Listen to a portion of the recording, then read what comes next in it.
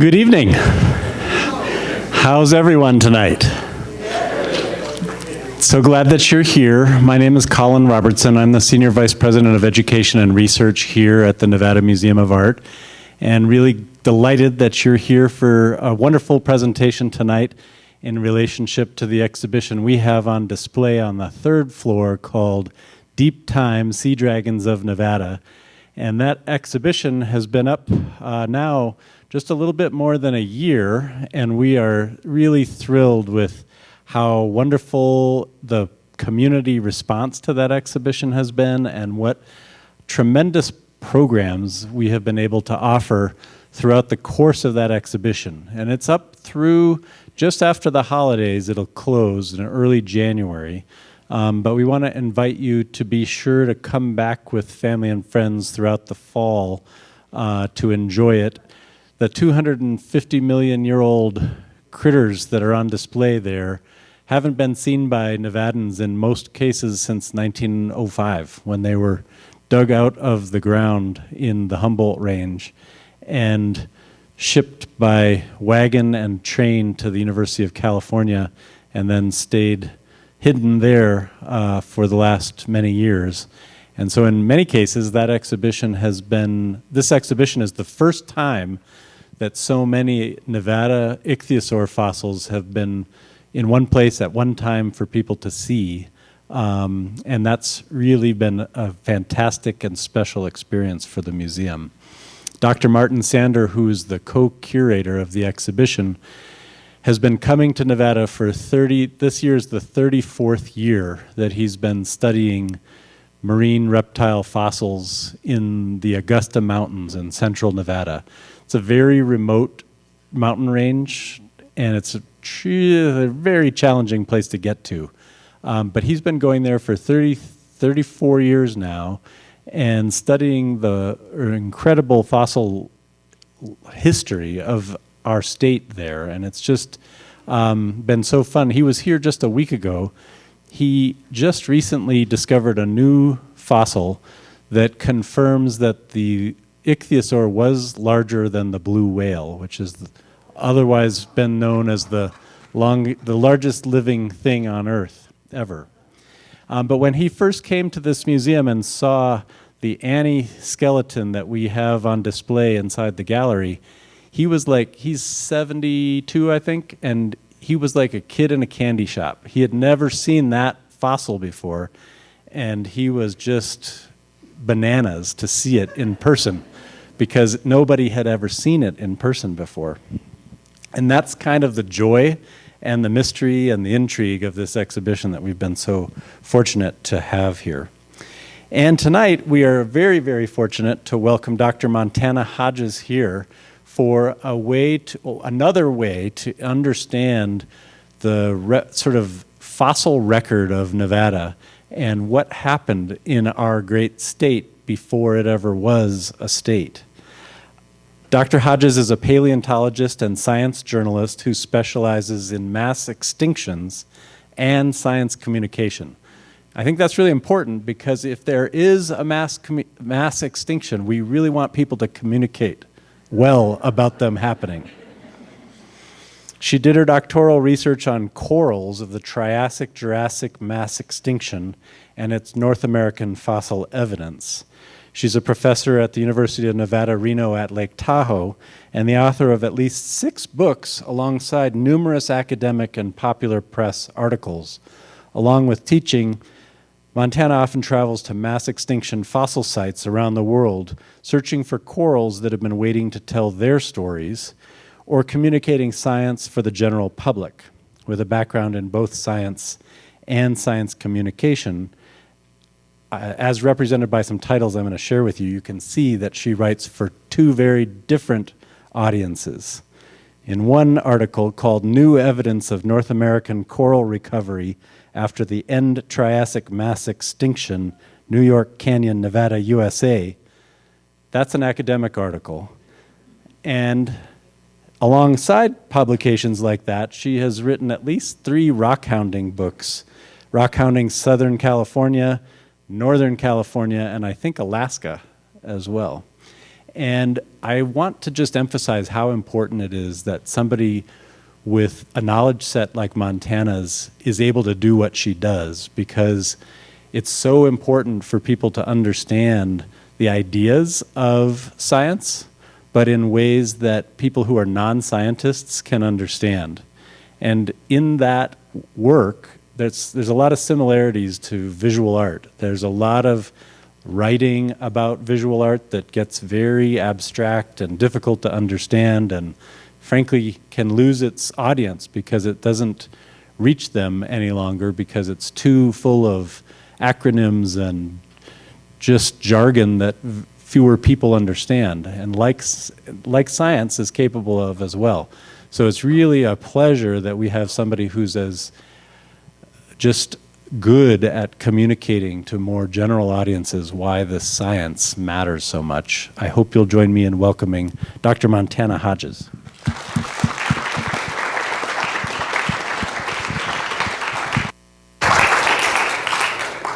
That was a fabulous introduction.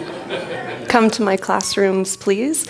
How is the volume? We had to switch up our mics. Good? All right, excellent. All right, so Jurassic Spark, how Nevada's fossils shed light on today's extinctions. I had a fabulous introduction, like I said, so I can go ahead and skip this. But I am a professor. I am at our new campus, the University of Nevada, Reno at Lake Tahoe. If you haven't checked it out, do so. So we'll skip the rest of that, and we're going to focus right here. Now, I know this was advertised as ichthyosaurs, okay? But this is the star of the show. This is a Jurassic coral, and you'll be able to handle the Jurassic corals. We'll be passing them around along with some other fossils. Can you raise your hand, the future Dr. Luna, right there? This is my assistant, Bennett. He'll be passing around fossils along with some other material. As they come to you, take a look at them. You're welcome to touch them, take pictures, and pass them on to the next person, and he'll collect them at the end of the talk. I was also going to give a good shout out to the exhibit. If you have not yet seen this exhibit, Colin did a much better job than I would. Check it out. It was absolutely spectacular, and one of the things that I'm so impressed by is how much of the science they were able to get with such a powerful art exhibit. It's very rare that you have that, and I did my best to add art to this presentation. I'm going to start with a little bit of a geologic background and everything you need to know. So I apologize if this is something you've already heard in my courses, Bennett. But the ichthyosaur, everybody knows an ichthyosaur, right? Most people are saying yes. Okay, that's impressive. If you don't, let me tell you the very important facts you need to know for this presentation. The ichthyosaur is a marine reptile. This is not a dinosaur. This swam around in the ocean during dinosaur times. If it swam around, we call it a marine reptile. If it flew around, what do you think we call it? An avian reptile. If it walked around, what would we call it? A dinosaur. Okay, so yeah, it is, hey, paleontologists, that's what we do. So it's a marine reptile, and it lived in dinosaur time. This is the Mesozoic era. It means the middle time of life. And in the middle time of life, we have these three periods. I'm going to talk oldest to youngest because that's what geologists do. We talk backwards. We start at the old part and we go to the new part. So we had the older time, the Triassic period, the Jurassic period, and the Cretaceous period. And our ichthyosaur is going to go through all of these. Be very important to talking about our mass extinction. This is a very difficult diagram to read. Don't try. Look at the shapes. See the biggest ichthyosaur? That is yours. So this is ichthyosaur evolution through time, and the state of Nevada, our state fossil, as some of you may know, yeah, she knows, is Shonosaurus popularis, one of the larger ichthyosaurs. And if you have not yet been to Berlin Ichthyosaur State Park, another absolute must. It's an incredible fossil site. It's only about 3 hours from here. I struggle to say what it's near since it's not near anything. Maybe Gabbs, Nevada, popular place.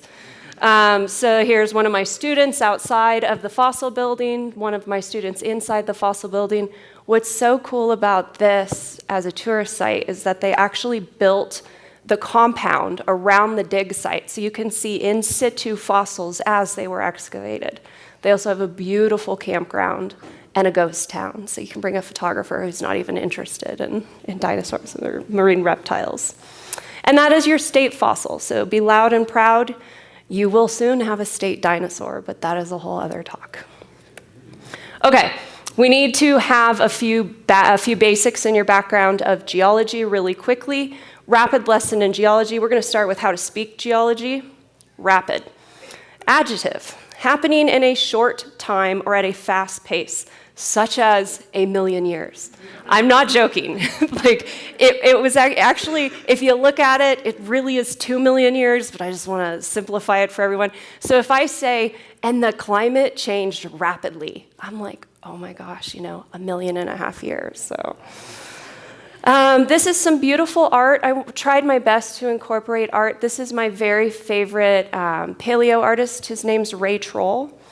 And the future Dr. Luna will be passing around some Ray Troll books. Go ahead and check them out. He's worked a lot with paleontologists, and he's done some really remarkable things for art and paleontology. So shout out to Ray Troll, who was kind enough to send me a lot of his original files for this. How do we define a mass extinction? A mass extinction is a loss of a large percentage of Earth's biodiversity within a rapid geological time frame. So what's rapid? 1,000,000 years. Okay, so and what's large percentage? More than half. Every mass extinction that we technically list as a mass extinction, it's over 70%.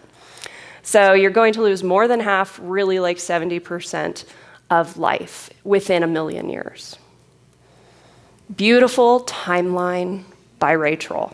This is wonderful. Now remember, geologists do everything backwards, so we're going to start at the bottom. The bottom here we have the formation of Earth in our solar system 4.5 billion years ago. So there we go. Happy birthday, Earth, 4.6 billion years old. Now I want you to notice that these layers are not conducive to the length of time. This is how we talk about geology. This is how we divide it up. But the actual thickness of the layer doesn't have anything to do with the time. It has to do with the events in the rock record, particularly the fossils. So for instance, let's consider this box right here. This box has 4 billion years in it, because for 4 billion years on Earth, our fossil record, as you can see, Ray's sketch on the side, was simple single-celled slime in the ocean. We didn't have any complex life. We didn't have any life on land. We didn't have any way to radiometrically date things when the geologic time scale was first coming about a couple hundred years ago. So we put everything in this box. We'll call it the Precambrian. Simple single-celled slime. For reasons poorly understood, 541 million years ago, life explodes. And that is the Cambrian explosion. And now you can start to see in your rock layers these different critters. Starting with a trilobite. We have a little trilobite hanging out there. That's some of the earliest complex forms of life, probably the oldest known eyes in the fossil record. And life starts to diversify from there and then slowly move on to land. And this is called the Paleozoic era. It is the old life. That goes on until about 252 million years ago, and then we're going to get into the Mesozoic era. Mesozoic, it's the middle era. It's the middle time of life. This is also the dinosaur era, or the age of reptiles if you're a paleontologist. So you have all of your dinosaurs in this 160 million years, fantastic time they had. And your ichthyosaur. Your ichthyosaur is going to be in all 3 periods of the Mesozoic era of the middle life. Then, 66 million years ago, the dinosaurs will go away, sorta. All of the non-bird dinosaurs, because small dinosaurs that become birds make it. And we have the era of the new life, the Cenozoic. And the Cenozoic is when mammals take over. We actually hung out the whole time in the Mesozoic. We were just like really tiny creatures hiding in holes, waiting for our day. And then we took over. So that's just a little bit of background. Some of the terminology that I'll use, I'll try to remind you as I go through it. I'm not very happy with this next graphic, but the screen was so big I had to grab it at the last minute. Whoever put this together was not a geologist because it goes from youngest to oldest and it bothers me. But I really want to remind everyone about plate tectonics because that's also part of our story. We're going to tell the plate tectonic story. So remember, the continents sit on plates. The plates are always moving. They're going to move at the rate at which your fingernails grow. Always been that way, always will be until our core dies. All right, moving through our Geology 101 again. What causes a mass extinction? What causes a mass extinction? Does anybody feel like just like hollering out that's not a geology student? Yeah, what do you think? So natural disasters is more like earthquakes or climate change. Oh, you're too good. Okay. Thank you. That was incredible. So we can all go now because that was my talk.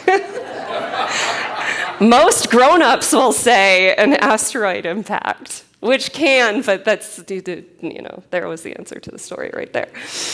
So let's do a quick review of the big 5 mass extinctions. 5 times in Earth's history, we have lost more than 70% of the diversity of life. And we are in a 6th mass extinction today, which we'll talk about later. So, going back, another brilliant ray troll geological timescale, and again, we know that we read from the bottom to the top. Here is the 4 billion years of slime and simple life in the sea. Then we have life diversify. We have to have life diversify before we can actually have a good mass extinction. So let's work with the oldest mass extinction, the end Ordovician. What was going on during this time? This is a snapshot of Earth during the end Ordovician. Remember, continents are on the plates are moving. Continents will come together and come apart many times. Most people are familiar with Pangea. Before that, it was Rodinia. We've had a lot of supercontinents. And this mass extinction is really interesting because it's caused by plate tectonics. What we have here, you can see on this paleogeographical map, is we have the continent moving over the South Pole. And that's going to cause some glaciation. So we have 444 million years ago, and 86% species lost. Let me tell you about the supported causality, about the science behind what we know about why this mass extinction occurred. We have changes in CO2. We actually have a sequestration time, so kind of the opposite of today. We have a cooling time. We have a major glaciation, and that glaciation, when that continent moves over the South Pole and glaciates, it's going to take that water from the ocean, which is going to cause massive sea level changes. And ocean anoxia, a loss of the dissolved oxygen within the ocean. Now remember, at this time, most of life is still in the ocean, so this is really a marine mass extinction.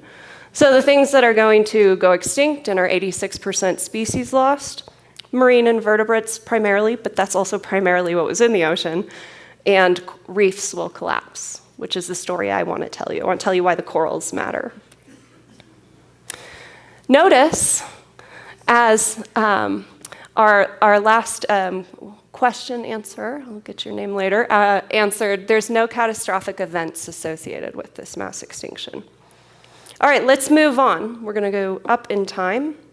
Let's go to the late Devonian. Now we have life has gone onto land. We have a lot of fish in the ocean. Things are pretty complex.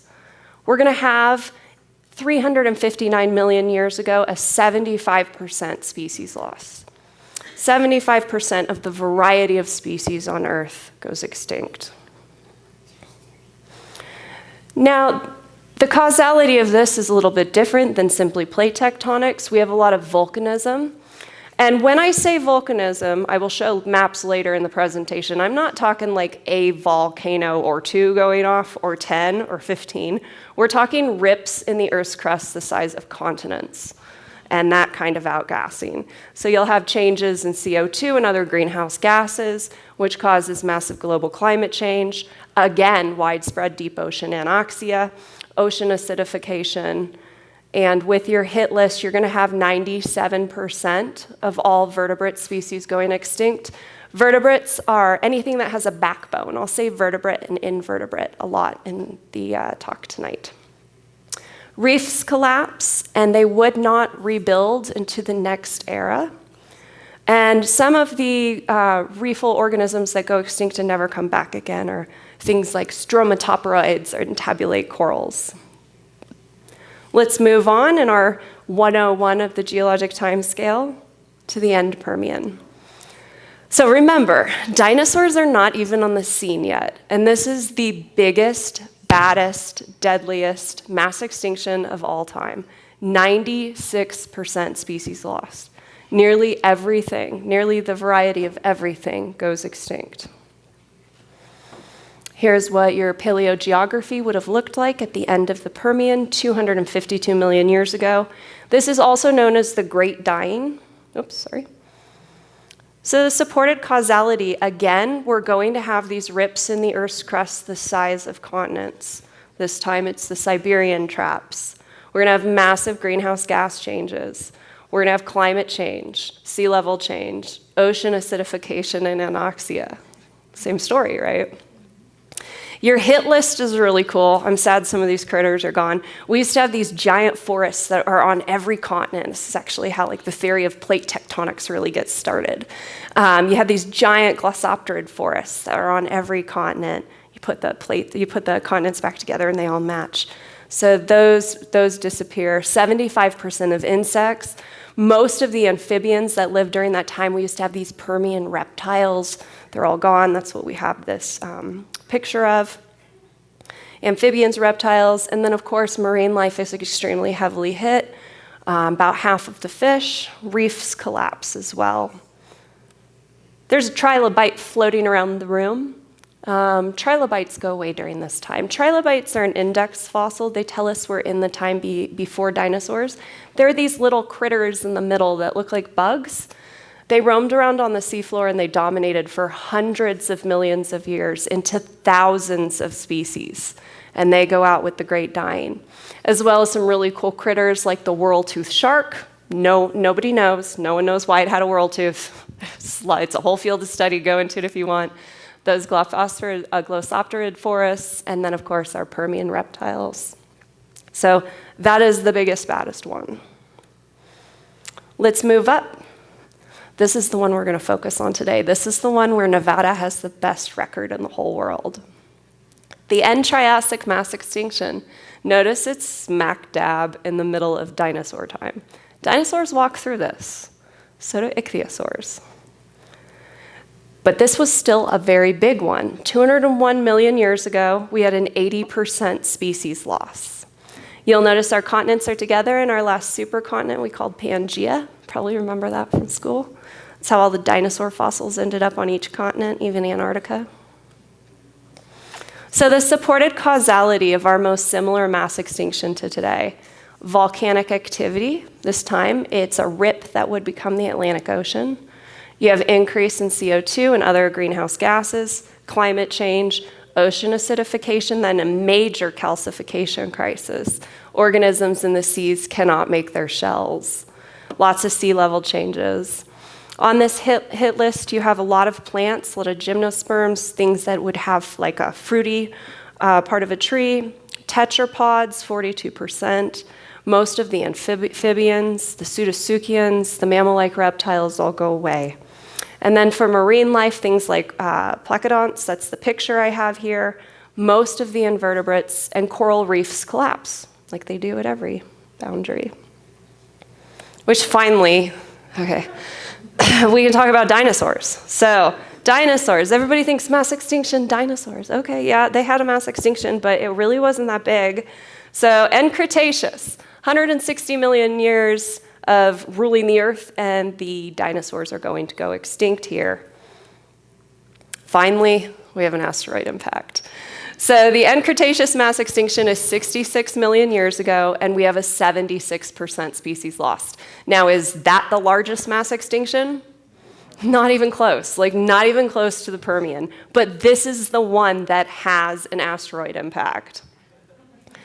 We also had a really big rip in the Earth's crust, and dinosaur diversity was going down, and that's a whole other talk, but it was the asteroid impact that killed the dinosaurs. That is not incorrect. So we do have that. We also have a lot of problems associated with oceanic and climatic changes after the asteroid impact. The hit list is most plants.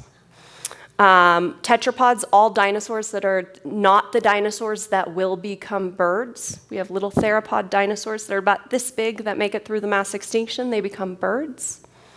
pretty shortly after this mass extinction, they become like 8-foot tall birds that eat horses that are like this big. It's a cool time. It's another talk, but yeah. And then, most of the plants. And then your marine organisms, of course, are affected. Many invertebrates, ammonites. So we're going to pass around an ammonite. We get really excited when we find ammonites. They're the coiled critters. You'll see a bunch of them in my presentation. I have a little example of what an ammonite would look like alive, too, going around with the fossils. We love finding a trilobite, like you've already seen, because a trilobite means we're before dinosaurs. We also love finding an ammonite because it means we're probably in dinosaur time. They go extinct with the dinosaurs. So these are some of our index fossils. We do have nautiloids today. Those are not ammonites.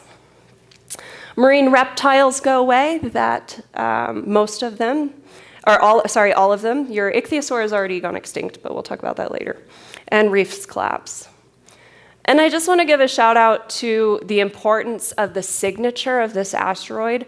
You will find many papers that go nowhere from many different scientists trying to associate some sort of an asteroid impact with the other mass extinctions. But at this point in time, there really is only one mass extinction that truly has a global signature. There is a layer of extraterrestrial dust all over the world associated with the asteroid hitting during the end of the time of the dinosaurs. You can literally put your finger on a layer and go, dinosaurs below and no dinosaurs above. So it is a really cool mass extinction, even though it's not the biggest and it gets the most attention. So long, dinosaurs, unless you count the fact that birds are actually dinosaurs and they never went away, which makes this even weirder. So it's very true. Those are dinosaurs. So what do all the extinctions have in common? All of the extinctions have only a few things in common, you know? Here's a beautiful self-portrait of Ray Troll looking at that Permian whirl-toothed shark, wondering why it went extinct. Extinctions, mass extinctions, are correlated with rapid environmental change. You don't need a catastrophic event for a mass extinction. Now, you can have a catastrophic event that causes a mass extinction. I can't think of any possible catastrophic event that could be worse than the asteroid that killed the dinosaurs. But that wasn't even the biggest mass extinction. So remember that catastrophic events are not necessary, as you already learned from an audience member. Okay, so why do I look at coral reefs? I want to talk about why corals are so important to understanding what's going on in the past and the present. Corals are incredibly long-lived, and they basically won't die. If you have a coral, it'll just live forever as long as the conditions don't change. And they're incredible keystones to biodiversity. You may have heard of like a keystone species. They're like a keystone ecosystem. When you have a coral reef, you're going to support almost all of the diversity of life. Corals are sensitive to change, and they're especially sensitive to warming water. They also don't like it when you mess with their waves. They don't like it when you mess with their pH. They don't like the sediments being messed around with. But we're going to talk about temperature today, because that's our story. And corals are indicators for every single mass extinction. And not only do they indicate that mass extinction, what they're doing is they're the first ones to indicate that something is wrong, and then they're the very last ones to recover. So it's a great proxy to look at what's going on during this time. And then, not to mention, they are making their skeletons out of calcium carbonate, and it just preserves extremely well in the fossil record. So, you have these excellent data keepers that have been through every mass extinction to tell you their story. And this will apply to today when we talk about reefs and rainforests. Remember, reefs and rainforests are a very small fraction of Earth, but they are home to a huge diversity of life. So, for instance, less than 1% of the ocean floor has coral reefs, but it's more than 25% of the diversity of marine life. Less than 2% of the surface of Earth has the rainforest, but it's home to about 50% of the variety of terrestrial species. So incredibly diverse ecosystems. Here's a chart oldest on the left, younger to the right. This is every mass extinction and corals associated with it. So the corals are in red, that's the coral building, and then the black boxes are representing the time at which the spike where no corals exist and they're slowly rebuilding. So this is the death. Now here we have the first reefs. You'll notice that there aren't any red corals associated with it. Don't worry about that. It was a whole different type of coral back then, rugosa. We're going to talk about the scalar actinian corals, the stony corals, the corals we have today that build reefs. So here's a great example. We have all this massive reef building. Woo, it's doing really well. Mass extinction, millions of years to recover. Same story over here. This is the Great Dying. Look, it takes even longer after the Great Dying for anything to come back. They're not even going to rebuild to full-on reefs until over here. So same story at each of our mass extinctions with reef building, collapse, and recovery. This is the one that Nevada has the premier record for in the world, very close to us in Mina, Nevada. And I want to start our conversation about Nevada's fossils there with what was happening right before the extinction when reefs were doing fantastic. So a quick reminder, we're at the end Triassic mass extinction. It's an 80% loss. This is your Triassic globe. We have a really great reefal maximum, we call it. We have the most diversity on reefs we've had in tens of millions of years. Ichthyosaurs are swimming around. There's going to be ichthyosaurs discovered at this site. If you went to Dr. Ermis's talk early in the series, you would have been talking about the ichthyosaur from the location today. So 208 million years ago, life was booming. We have a huge amount of biodiversity. And if this map is confusing, this is Nevada today. So this is why we have ichthyosaurs on the tops of mountains in central Nevada now, because back then it was the ocean. Here's a better zoom in of where we are. So there's your state of Nevada. These are going to become your fossils, and ichthyosaurs are chilling. So they're having a really good time. How many people have been to Mina? Oh, wow. Okay, that never happens. I don't know what's going on in this museum. Okay, well, Mina, Nevada is your gateway to go explore this. So the location that we're going to talk about is New York Canyon. It's just outside of Mina, Nevada, although you access it through Looning, closer to Mina geographically. And this is the Triassic and Jurassic seafloor today. This is what it looks like. So where those ichthyosaurs were swimming, where those reefs were, this is it. And we're still talking about the good times. We're not quite in the extinction yet.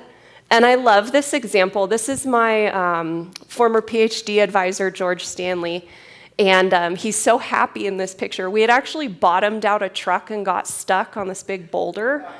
And he was stoked because the boulder is just a solid hunk of coral. And that's how much coral is there. And I know it looks like just gray rock to people, but for paleontologists, we're like, all of these little lines, these are colonial, diverse, super healthy, having a great time on building a reef corals. And all of the ground is associated with that. So all of these rocks are rich in Triassic fossils. Things are going really well. We got out. We had to get another car and some tow ropes, and it's okay. It wasn't my truck. So, New York Canyon, Nevada, is outside of Mina, Nevada, and this is the premier Triassic, Jurassic extinction boundary in the world. Like, if you could make a perfect layer cake of sediment that's uninterrupted, that is just going to show you what was going on during that time, it is this place right here. This is actually really easily accessible too if you ever want to go visit it. I just heard that the Reno Gem and Mineral Society, is that what it was, goes out there. So you might want to join the Reno Gem and Mineral Society and go fossil hunting. Okay, so this is layer cake. Picture this like layers in a cake, and each of those layers are time. There's a human for scale. And if you're bored and you want something to do in the talk, find the other human, because I will show this a few times. So there's another human in there. All right, this line right here is the Triassic. So this is the oldest period of the dinosaur time. And this will be divided into the Jurassic, where we have our mass extinction right at the boundary. So red is Triassic rock, and green is Jurassic rock, and then the boundary is right in between. And that's your mass extinction that divides that boundary here at New York Canyon, Nevada. Also at that boundary is where the ichthyosaur was found. That's probably a new species that Dr. Ermis presented on earlier. So I'll talk a bit about that as well. So reefs are doing really well in the red. Ichthyosaurs are swimming around. Reefs go away. Most life goes away. Ichthyosaurs swim right through it into the green. This is the dig site for the new ichthyosaur that we found. The paper is not yet out. There was an abstract in 2021. Gary presented with Dr. Ermis on this, and so it's probably a new species. It's just pretty cool. But it's right at the mass extinction boundary, which says something about these ichthyosaurs. So now let's go to this mass extinction boundary. We're 201 million years ago. The reefs are gone. Gone. They are nowhere in existence. Not on the Tethys side of Pangaea, that's the ocean over here. Not on the Panthalassan side. Not on our side either. So reefs have completely collapsed, but ichthyosaurs are the biggest they've ever been. And we already went over this, but this is most like our conditions today. It was a different world. It was warmer. There weren't any polar ice caps or anything like that. But they had very similar situation with what's going on atmospherically and oceanically today. So our supported causality, our data shows us that we had volcanic activity the size of continents. We had an increase in CO2 and other greenhouse gases. We had climate change. We had ocean acidification, major calcification crisis. Critters can't make their shells. This is already happening with like a lot of oyster farms in Oregon and stuff like that. And we had sea level changes. I want to put the volcanism in perspective. So this is Pangaea during that time. The red here represents the lava. So when I'm saying volcanism, it's not a volcano. It's not 10 volcanoes. It's across 4 continents. So this is the size of the lava that was being spewed out and the gases released from over 1 million years that's going to cause the greenhouse gas emissions that we have in 200. It's very exciting. So that's it. And a way to compare it is Iceland. If you've ever been to Iceland, you're very lucky, because it's one of the only places in the world where you can see the plates come apart on land. So imagine here, this is the rip, and these plates are going to come apart, and all this lava is coming out, and this is going to become the Atlantic Ocean someday when it spreads apart. So again, great example in Iceland. One day this will rift apart into its own ocean basin as well. This was a huge burden to the atmosphere. Can you imagine the volatile gases coming out of this abundance of lava? And we have this at several of the mass extinction boundaries. So you have a huge amount of greenhouse gas emissions. So we have a lot of similarities to today, and that our initial triggers for biodiversity crisis are going to be a large amount rapidly of greenhouse gases. But today it is much more rapid. That took 1 million years. Today is a much more rapid extinction, and it's a much more rapid rate of climate and oceanic change. And that's what matters. What matters is the rate of change. It used to be a lot hotter on Earth. We used to have a lot more CO2 in the atmosphere. We've had a lot more methane in the atmosphere. The Earth has frozen pole to pole at least once, probably twice. Climate changes. It will always, always change. But it's the rate of change that matters. Life adapted when things got really warm and we had lots of greenhouse gases. We had dragonflies the size of, 5 feet long dragonflies, because it happened over millions and millions of years. So if it's happening over a long period of time, life adapts. The problem is when it's happening rapidly, you don't have chance for that evolution. Now, today, our primary driver of our biodiversity loss, number one, if we're looking at by species, is habitat loss. But for coral reefs, it's a different story. We're not out there mining the coral reefs or turning them into condominiums. It's a heat story. The ocean is heating up. And this is driven by our energy use. It's the energy that we're using and the greenhouse gas emissions associated with it. And like I said, our most similar proxy to what is happening today in the end Triassic mass extinction, perfectly recorded in beautiful Nevada, it took almost 1 million years for the greenhouse gas emissions that we have had in a couple hundred. And just to compare, because there have been other really, really rapid changes in Earth's climate, the most rapid that we would have to talk about within this time, in the last couple 100 million years, is called the Paleocene-Eocene thermal maximums, about 50 million years ago.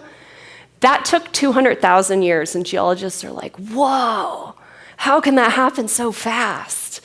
And it's what we did in 200. So what do Nevada's fossils tell us? Now we're going to go into the green part. We've done the reefal maximum. We've done the extinction and the boundary. Let's go into what's going on in the recovery. This is what I study. I'm on the recovery side. Here's my wonderful field assistant, Amelia, in New York Canyon, checking out some fossils. So this is your Jurassic spark. This is what appears after. This is what made it through this mass extinction and their stories that they're going to tell us. What you find is you find the same characters over and over and over. It's not that life goes away. It's that you're finding the same bivalve. You're finding the same clam over and over, the same snail over and over, same ammonite. Remember, this is the middle of dinosaur time, so we have ammonites there. And what we found in New York Canyon, which is what really spurred my research into this direction, is we found the very first appearance after the mass extinction of Jurassic corals. So in North America.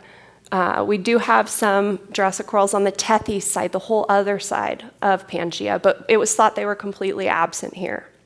We found these, and they're all new species, so if you want to help me name them, I mean, it's really hard to look at these and pick a name. You know, I was like, yeah. They're not the prettiest creatures, and I'll tell you why. But what we have here for corals is it takes 2 million years for the first corals to appear in what was once these thriving reefs. And they're simple, simple solitary corals. Very, very simple. They live by themselves. They're not colonial. For the coral nerds in the audience, they're probably ahermatypic. They are not using their symbiotic photosynthesizing algae, the zooxanthellae. They're probably burying themselves in mud, and they've just been like hiding out. And it'll take 20 million years for reefs to rebuild. So I think our corals went around. Excellent, wonderful. Okay, so you'll be able to check out those corals, those new species of corals from New York Canyon as they come around. There really isn't any proxy to them in the world except for maybe in Java. In Java, there are these corals that look a lot like this that are smothered in mud that also don't need symbiotic algae to survive. So very similar situation, the only thing that we can really compare it to. And we know that they were burying themselves and smothered in mud because the coral will grow in one direction and then it'll grow another, then it'll go in another direction because it's being smothered in those sediments. If you want to read more about it, this is my article in GSA Today. And we were able to get them to a genus level, but we still have not named our species. But they are new species. Taxonomy is a big headache, so we're just gonna do that later. After I found these corals, I went out and I wanted to make sure, scientists want to test things. We're not just gonna take one place in the world and say that's the story. So I went out to all of these potential sites for early Jurassic corals after the mass extinction to see what I could find, and I found the same story in each of these locations. In Alaska, you can see very simple, solitary corals appearing a few million years after the extinction. Same story in Death Valley. Remember, this was all the west coast of North America at that time. We were in the water. Same story in Sonora, Mexico. Very simple. They all look very similar. Solitary corals, no colonial corals, no reefs being built. In fact, the story was just solidified that it is 20 million years before those reefs will recover into their former diversity. So what about the ichthyosaurs? Our ichthyosaurs, and let's highlight our big one there. Yeah, big boy, that's us.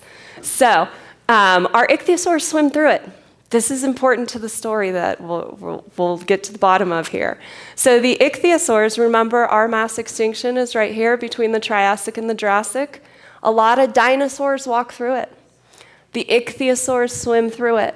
No problems. But it's still one of the larger mass extinctions, 80% biodiversity loss. Coral reefs gone. Which is why we're going to compare this to today. This is a Great Barrier Reef and in Australia, and it's important to know what a barrier reef is. A barrier reef is a carbonate platform, a big giant one, like the size of a continent. It's not like a little atoll, like a little ring around an island or something like that. These are huge carbonate platforms that can be seen from space, and it's considered the largest living thing on Earth because it really, like I said, the corals are colonial and they're basically all one thing in the end, with polyps that are all different animals. Long story. But you've probably seen these headlines. Probably seen a lot of these headlines that say coral reefs are not okay, and it's getting worse and worse every year. This started coming to popular press and I would say public knowledge in about the last 10 or 15 years. I just pulled a few headlines. A couple of them are from recently, a couple of them are from my presentation before. But what's happening is reefs all around the world are dying. For instance, in Florida, you've lost 90% of the elkhorn coral. It is just gone. And the story on the Great Barrier Reef is probably the saddest one to tell right now. You might hear that a coral has bleached, and I want to talk about that really quickly. I have like a lot of people who go, oh, I went snorkeling and I saw these beautiful white corals. And I'm like, no, they're committing suicide because that's what a white coral is. It's a coral committing suicide. But what happens is our colonial reef-building corals live symbiotically with their zooxanthellae, with their algae. And when they're under heat stress, they expel their algae, which essentially causes them to starve themselves. And they turn white when they're starving. They can recover if their temperature goes back to a stable range, but if the water doesn't cool down, they die. So that's what coral bleaching is. And it's really unclear why corals are doing this. We think it's kind of like when we have a fever, you have an infection and your body wants to fight that infection. So it's giving you a fever to protect you. And that's probably what the corals are doing when they accidentally commit suicide. So let's go through our chart one more time. I just want to look at the black boxes now. Notice these are millions of years. All of these recoveries are millions of years. There isn't a story with a collapse without a very, very long recovery after. This is just the last year's NOAA Coral Reef Watch, and these are some of the premier sources for information if you're interested on coral reef science and research. International Coral Reef Symposia, Coral Reef Alliance, International Coral Reef Society.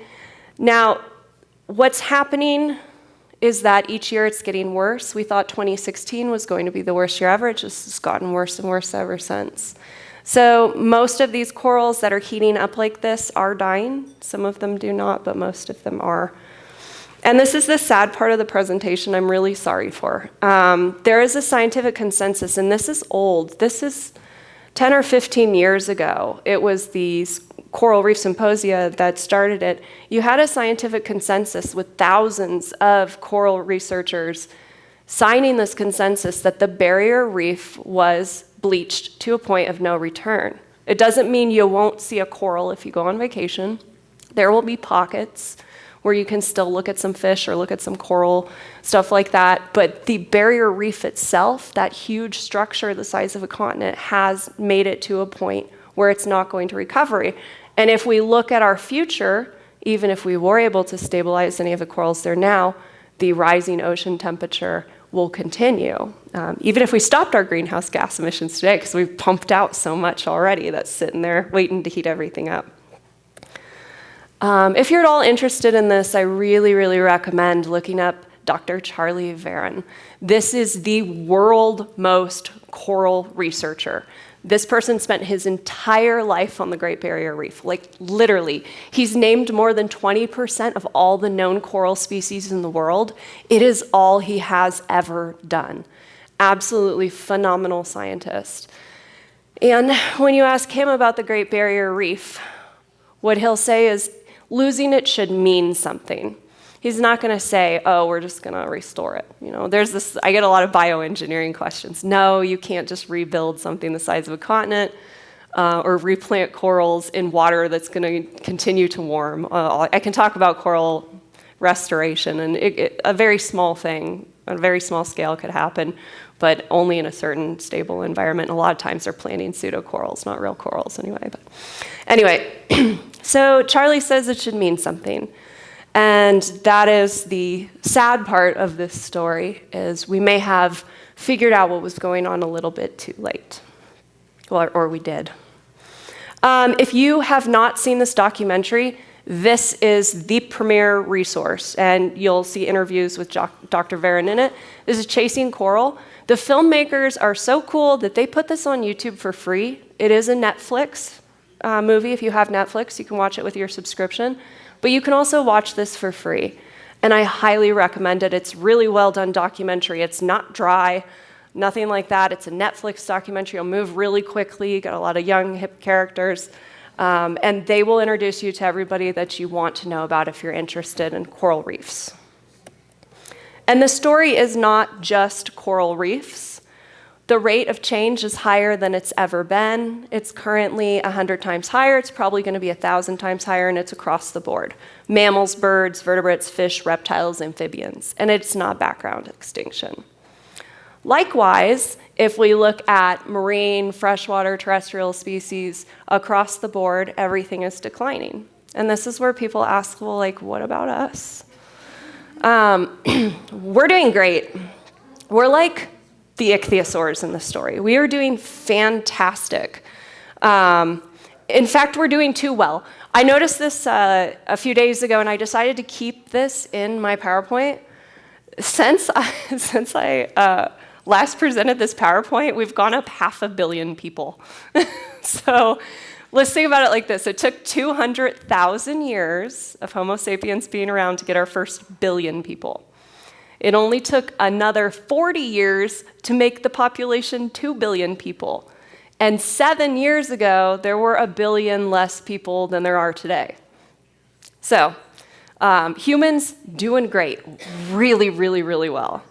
And unfortunately, we're directly correlated with extinction because, again, the number one reason for extinction is habitat loss, and people modify landscapes. But I want to point out that biodiversity and biomass are very different. Just because you're in a mass extinction doesn't mean you're going to go outside and it's going to look any different than the environment you're already living in. We have a ton of life on Earth. It's just not a big variety of it. There are lots and lots of people. There are lots of pigeons. There are lots of puppies. I put that in there because that makes me feel better. Like, there's a lot of puppies out there, cows, cockroaches, dandelions. You know, it's not that life goes away, it's that the diversity of life goes away. And on the topic of pigeons, talk about more birds. This is a fun fact. There are 33 billion chickens on Earth. These are living chickens. Today, 33 billion chickens. Okay, like that's really wild. There's another fun statistic that there's more living people than there are all the dead people that have ever existed. Yeah, like, so biomass versus biodiversity, very different. I like to imagine what the fossil record might look like for future paleontologists. And I think it's like all chicken bones and like plastic stuff. So again, this all comes down to habitat loss and energy use.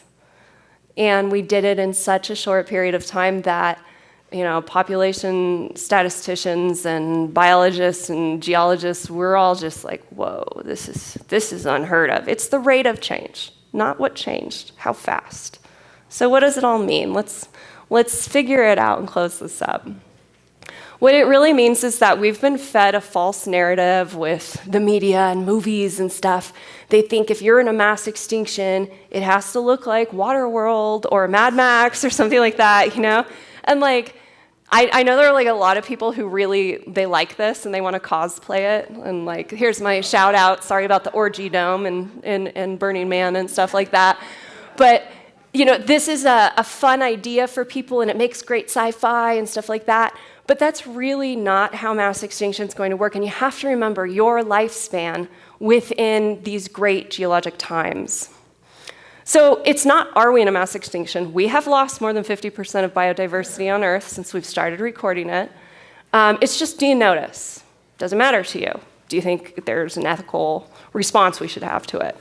I mean, the ichthyosaurs probably didn't notice. They went right through that big one that is much like today. So it's not, are we? It's, do you notice? And unless you're living on a reef or a rainforest, or you're a person within a community where your sustenance is dependent on the life of these things, you're probably not going to notice. It's going to be more like, hey, I stopped seeing pinion jays. It's just like, you might just see like a lot more ravens, and like one day you just notice, oh, I haven't seen a pinion jay in a long time. It's not, you're not going to open up the door and it's the outside scary place at Beetlejuice or something. And this is the sad part, and this is how I'm going to try and give you some different options for conclusion. I'm just the person sharing the data. Okay, we can look at it in different ways. We can look at it in deep time. This is how geologists will be like, whatever, 20 million years, it'll be okay. They'll move to different latitudes, reefs will rebuild, the continents are moving around. Like, don't worry, give it 20 million years. We'll get our barrier reefs back. Now, if that is not an answer you like, I put up my call to action slide. So it's the rate of change, very easy, simple science.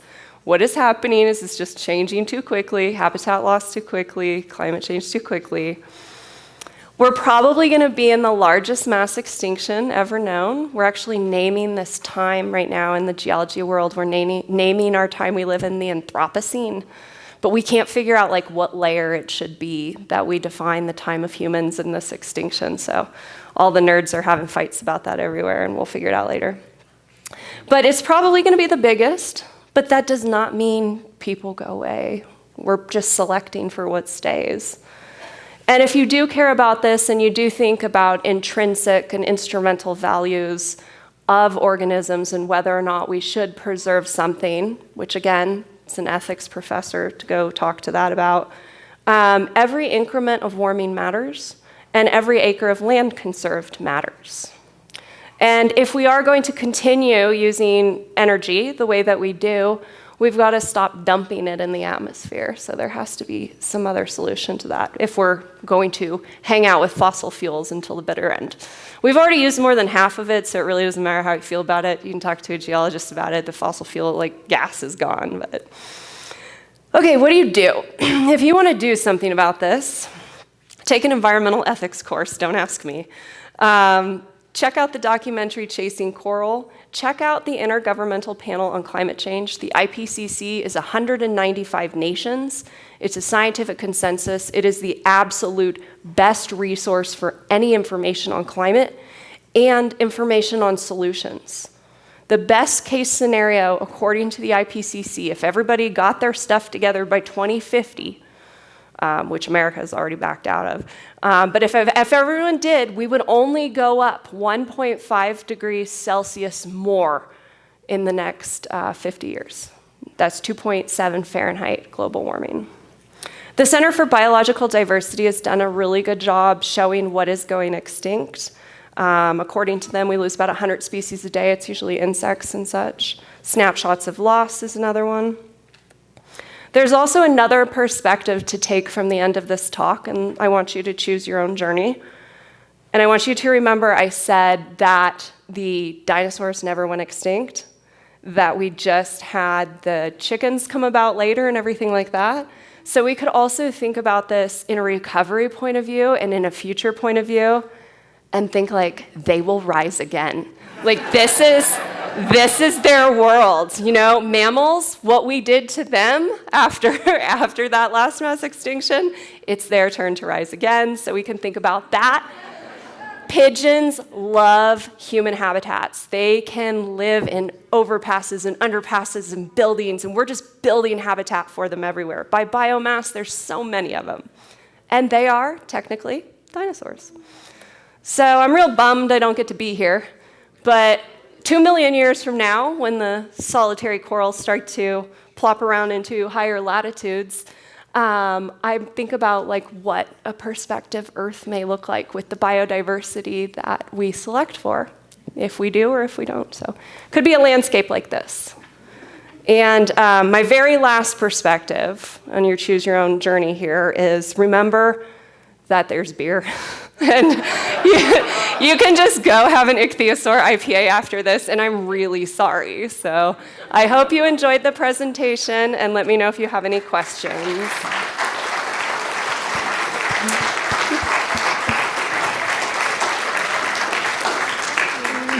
We do have time for questions, but I want you to know that we record all of these presentations as part of the museum's archive, and we also want to record your questions so that they make it into that part of the archive as well. So just raise your hand and I'll bring you a microphone. Okay, so it takes 20 million years for the reefs to rebuild. So does that mean that the coral never really goes totally extinct? They're just little That's the things theory. floating. That's Yeah, the theory. little So- pockets. Like there's probably little pocket of even like something that looks like a reef, just doesn't necessarily make it. There's been one early Jurassic reef found in France. It was very small, but it was a colonial reef that made it over the extinction. So it's like they're mostly wiped out or they're hiding out in little pockets, and then it's going to take a long time for the total rebuild. Yeah. Is that a chicken running with a T-Rex? I thought the T-Rex was Okay. a chicken. This is the question. Are they both dinosaurs? Yes, both dinosaurs. They are, especially dinosaur-shaped chicken nuggets. Yeah. So for us to actually notice and start paying attention and doing something about this, species have to disappear that we care about. Right. We call it charismatic macrofauna in our world. Well- You have to think it's cute. What about, I don't know, C3 plants like wheat? If wheat disappeared, we wouldn't have any beer. There you Start go. to care at that There you go. point. I mean, that's exactly what it is, and that's what we see with species conservation. The conservation of different things has to do with what do we find appealing and attractive. And again, we're charismatic macrofauna. We're a lot more likely to go save a panda bear and a panda bear's habitat than we are to go save an ugly little bug or a grass. You know. The pollinators. Usually people are a little bit upset by them, so. Oh. So if any kind of species of animal is going to be extinct or going extinct, which one would you think it'd be? Because I'm not too sure. Yeah, right now I'm really worried about really big land creatures like rhinos and about coral reefs. And I think it's really important to look at where rhinos live and to see what we can do to keep land for the rhinos. Are there any efforts being made by humans to modify coral reefs or other species to be able to endure the higher temperatures? Yes. Okay. So I get this question a lot, and this is a whole other talk too, but I'll give you the short one. There is a lot of bioengineering, that's what we call it, that has been done. We have had habitat restoration. This is a very, very small scale, a very expensive thing, and if you're going to put it directly in an ocean that's going to continue to warm, they're usually using a coral that would not be those reef building corals. It's more like a pseudo coral, something like that. But reefs have been restored, It's just not something where you can do it on a barrier reef scale. And then when it comes to like genetic databasing, there have been a lot of different conservation groups, and Charlie Varon is actually a part of one that they're trying to catalog the corals as they go extinct. So, and, you know, whether or not that means a species exists or not, if it's in a bank somewhere, but, you know, cataloging it away is I think it's the last ditch effort by people who feel everything else is out of their control at this moment.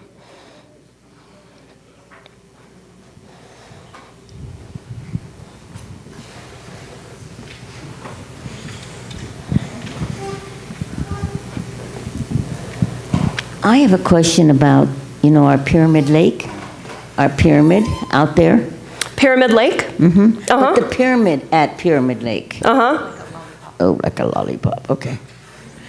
Did you check that out, or can you say anything about it? I know that Pyramid Lake is full of tufa features, and then there's a lot of sedimentary layers, and I know it's a losing basin, so you're having your water level actually go down, but I don't know much about the structure of the layers out there. They're tufa. I know about the tufas, but yeah.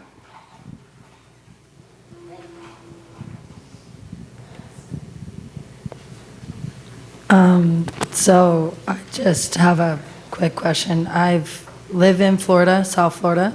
Sorry about the elkhorn no, coral. It's okay. But I also was living in Hawaii, and I'm actually going back soon, but they're recreating a reef out there. So based off of what you had said, I'm assuming that it's more of a pseudo type of... It depends on the environment. Like, you know, we're not going to do something that covers degrees of latitude like the Great Barrier Reef, but if that water is fairly stable, they can replant a smaller reef. It is possible. I don't know the reef that you're referring to. Is it one of the parks?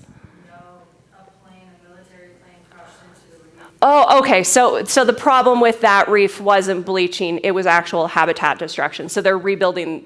That makes a lot of sense. So yeah, that's cool. I will look that up. I'd like to share that. Yeah, good. How can you raise the pH of the ocean again? I don't understand that. Yeah, okay, so what's happening is the greenhouse gases are going out into the atmosphere, not from the volcano, but from our energy use. The number one sink for the greenhouse gases is the ocean. That's the number one thing that absorbs it. So we're gonna have ocean acidification. The answer is time, and to not have more greenhouse gases spewing into the ocean, just deep time, long time. Yeah.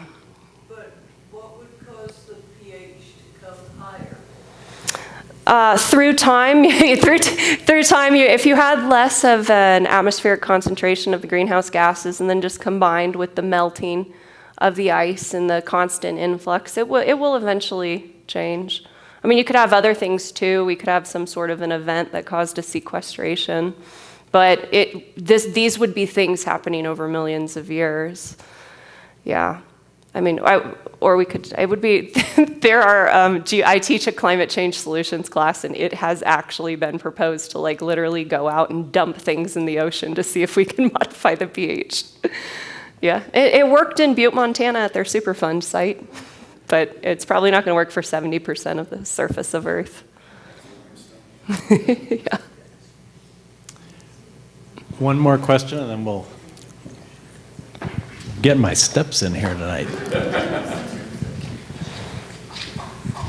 I think we've seen plants and animals kind of migrating toward the poles. Is there a possibility of the corals doing that same type of movement or migration? That's what I expect. So as carbonate platforms take tens of millions of years to build, but as they rebuild, they'll migrate to a higher latitude. Yeah. That's what I would expect. If climate continues to rise, or if it stabilizes as it is, there will be a migration. Yeah, it's just deep time. Yeah. Yeah. Will you join me in thanking Dr. Montana Hodges? Yeah. Thanks, everyone.